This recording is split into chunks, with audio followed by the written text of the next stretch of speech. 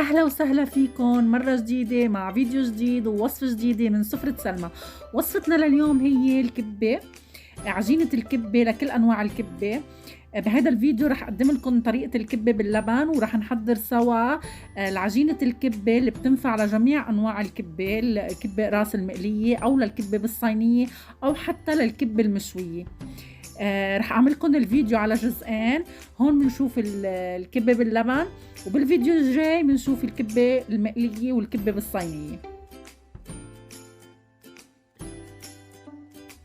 واول خطوه بتكون هي تجهيز البرغل الناعم الاسمر. معي كيلو من البرغل، غسلتهم منيح، 3 زوان تقريبا، ورجعت صفيتهم عصرتهم وحطيتهم هيك بالصينيه. انا ما بدي انقع البرغل كرمال ما يعجن. وهلأ بهيدا الوقت بدنا نجهز للحشوة. معي البصل، معي 7 حبات بصل بدي افرمهم وجهزهم للحشوة، ورح كمان افرم حبتين بصل لحطهم مع البرغل. ودايما بس نكون عم نستعمل الفود بروسيسور بنسهل على حالنا كتير. هي حبتين البصل اللي فرمتهم كرمال ضيفهم للعجينة للبرغل، وهيدا باقي البصل هون بدي افرمهم وحضر فيهم الحشوة.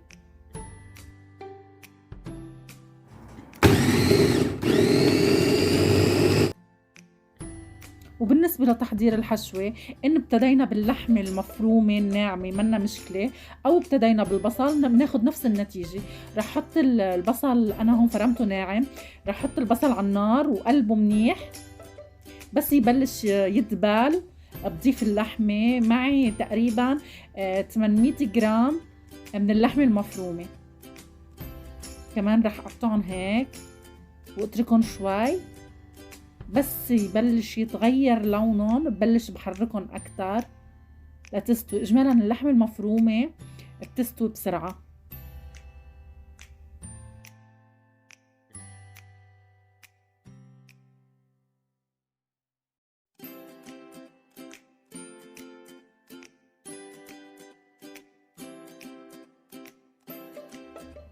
وهلا من بعد ما تغير لونها للحمه رح ضيف البهارات، معلقه صغيره من الملح ومعلقه صغيره من القرفه ومعلقه صغيره من السبع بهارات وربع معلقه فلفل اسود. رح ضيفهم ورح حركهم منيح.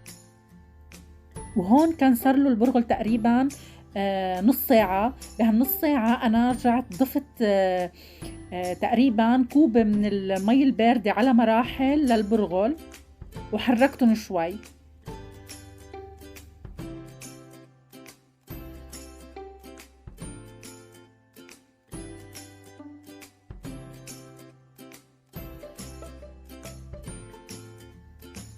وبدنا نفرك البرغل لمدة 10 دقايق.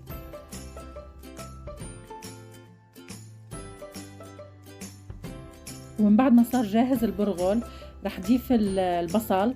انا بالعاده بضيف لكل كيلو من البرغل بضيف له كيلو من اللحمه، بس هون استثنائيا حطيت كيلو من البرغل ورح ضيف لهم نص كيلو من اللحمه. وكمان بهارات الكبه، في بهارات نحن بنجيبها جاهزه من عند من المطحنه. في بهارات دقة الكبة مخصوص بيكون فيها كل شيء بهارات للكبة. رح ضيف معلقتين كبار ومعلقة صغيرة من القرفة ومعلقة كبيرة ملح. وحارجع اضيف اللحمة الناعمة، لحمة الكبة بدها تكون مثل المرهم. وكمان رح ارجع افركن منيح مع بعضهم لتصير عجينة متماسكة. وزي ما سبق وخبرتكم من شوي انه هي اول مرة انا بحط كمية اللحمة اقل من العادة، بس حصلت على نفس النتيجة. كانت الطعم كتير طيبة، وقراص الكبة بيقرشوا قرش. وانا هون هيدي العجينة ما عملت فيها بس كبة باللبن، عملت كمان كبة راس وعملت فيها كبة بالصينية. رح فرجيكم باقي التفاصيل بفيديو تاني كرمال ما طول عليكم. وهيدي هون الحشوة اللي جهزتها، طريقة كتير بسيطة. حاشرح لكم للمبتدئين بطريقة بسيطة وسهلة. هون معي مي باردة ومعلقة من النشا. النشا بيساعدنا انه نسكر الكبة كرمال ما تفسخ معنا. بطريقة بسيطة رح اعملها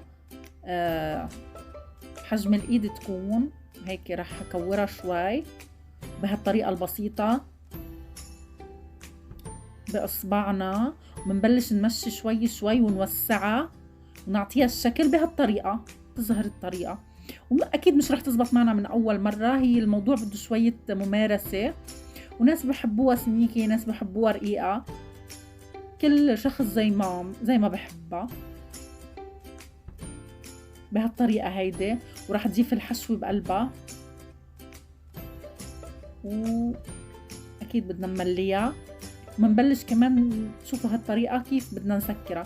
هون إذا حبينا نشيل الطرف مثلا، إذا حسينا إنه في شوي صغير زيادة فينا نشيلهم، أو منسكرها هيك بهالطريقة بيمشي الحال. وهلأ حرجع شوي بنحط بإيدنا بإصبعنا المي الباردة والنشا، بعملها هيك بالطريقة بتتماسك، ما بتقعد بتفرط معنا أبدا.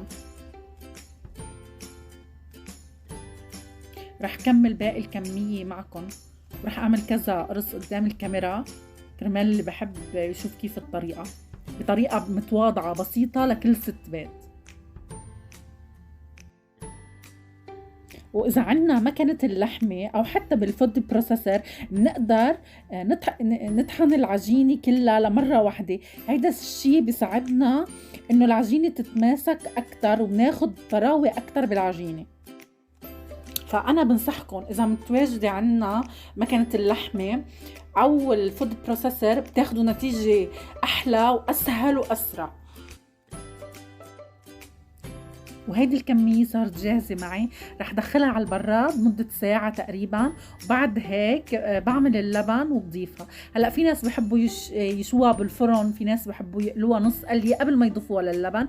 أنا لا، بس بتركها ساعة بالبراد تتشمع هي لأنه تنشف، وبعد هيك بضيفها للبن. ومثل كل مرة للبن، مثل ما أنا متعودة معكم، هيدي الطريقة اللي بستعملها للبن. بصفي اللبن هيك، رح ضيف 2 كيلو من اللبن لهالكمية، بحب يطلع اللبن منيح. رح ضيف معلقتين كبار من النشا، دوبهم بالماء وضيفهم فوق اللبن بالمصفاية كمان، وبرجع بحطهم على النار. وبس نحطهم على النار بدنا نكون عم نحركهم كل الوقت. اجمالا 10 دقايق بيغلي اللبن، ما بياخد وقت. هيدول 2 كيلو لبن، وبس يغلي اللبن منضيف الكبة. وهون أنا حضرت الثوم، ثوم وملح. في ناس بحبوا يحطوا كزبرة أو نعناع ناشف، أنا ما بضيف، وحتى بقلون بسمنة أو زيت. ومن بعد ما غلي اللبن نزلت الكبة قرص قرص كمان، شوي شوي منضيفهم، ورجعت ضفت الثوم مع الملح. وكمان بدهم تقريبا بين الربع ساعة والثلث ساعة الكبة عم تغلي مع اللبن ليستووا. بهالطريقة هيك حركتهم على الطرف، ما بدي حرك كتير كرمال ما تتكسر الكبة معي. بسيطة وسهلة جدا. هي تقريبا 20 قرص كبة ل 2 كيلو من اللبن، ونص راس من الثوم، رشة ملح، وزي ما سبق وقلت لكم فينا نضيف كزبرة أو نعناع ناشف زي ما نحن بنحب. وبعد مرور 3 ساعة صبيت اللبن بهالصحون بهالطريقة، ما بخبركن قد ايه ريحتها بتشهي، كتير طيبة. وهيدي النتيجة اللي حصلت عليها. ولهون بنكون وصلنا لنهاية الفيديو. إذا عجبكم الفيديو وعجبتكم طريقتي، ما تنسوني من الاشتراك واللايك والكومنتس وتفعيل الجرس ليوصلكم كل جديد.